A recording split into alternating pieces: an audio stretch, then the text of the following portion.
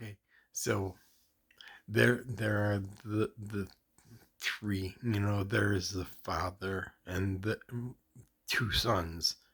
One son are the angels that stay at home. They listen and obey God, and they'll do anything he says. He is the way. And then there are some angels that begin to question God, begin to get frustrated, and start thinking for themselves. They take their inheritance and leave home to go make it on their own. And then they find out that God was right. So you go back. And then, so the son that leaves home thinks he knows better is like Lucifer. Lucifer leaves. He goes off to make his own and he realizes there's no other way. So it's either be in the hell of your own making or you rejoin with God. You go back. You say, I am sorry, I messed up and you're right, please show me the way. That's all it is. And that's why you need to have a relationship with God. You have to say, please help me, show me the way. And then when God hears you, he is right there. He's always there. You're the one that's turned away. And you decide to, I'm going to make the world in my image. And then you realize, yeah, no, I could go to God and ask him to help, and he'll help me because he's my dad and he loves me, and his kingdom is infinite, and I get half of infinity, which is infinity. So I'm just gonna go back to him and have him show me the way. And then when we do that, we become the Christ and we rejoin with the Father. And then we evolve into the Father because we understand that now and we're living in it. And then we see our creations, what we've created as gods. We watch them go through that exact same cycle. And of course, we're always there for them. And then what happens is when they start becoming you start to become more conscious of other levels. You don't just die. I mean, maybe we recycle and the whole thing. I don't know. That's something I haven't really gotten into. But this is kind of the cycle. I mean, again, this is this thing with getting into thinking and figuring out what the universe is. It's like it just boils down to, yes or no. And yes or no is the choices you have. You can say yes or no, but then you're also making the choice. So there's a third element there. You have the two choices in front of you. Yes, I agree to do this. No, I'm going to do something else. And then you move down that and it's like, okay, what am I going to do? Yes or no? Yes or no? Yes or no? And then you have maybes. But maybe is you.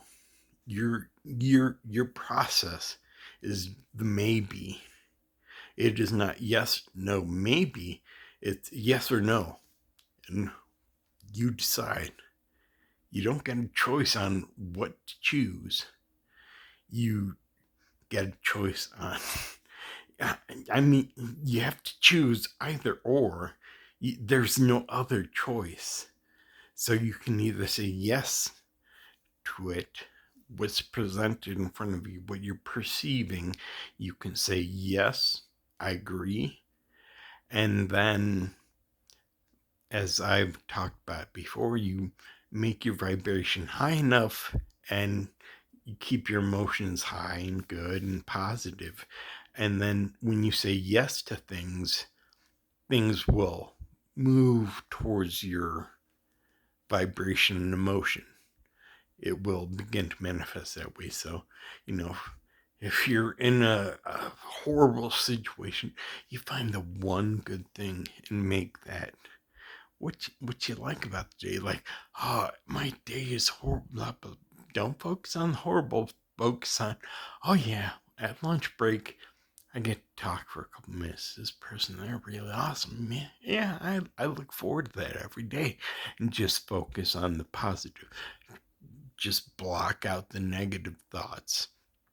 It's like in meditation, when you try to quiet your mind and then the thoughts come. And when the thoughts come,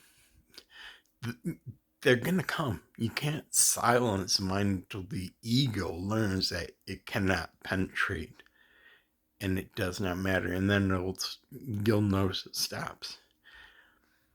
And then if you notice it doesn't stop, you're noticing the wrong thing.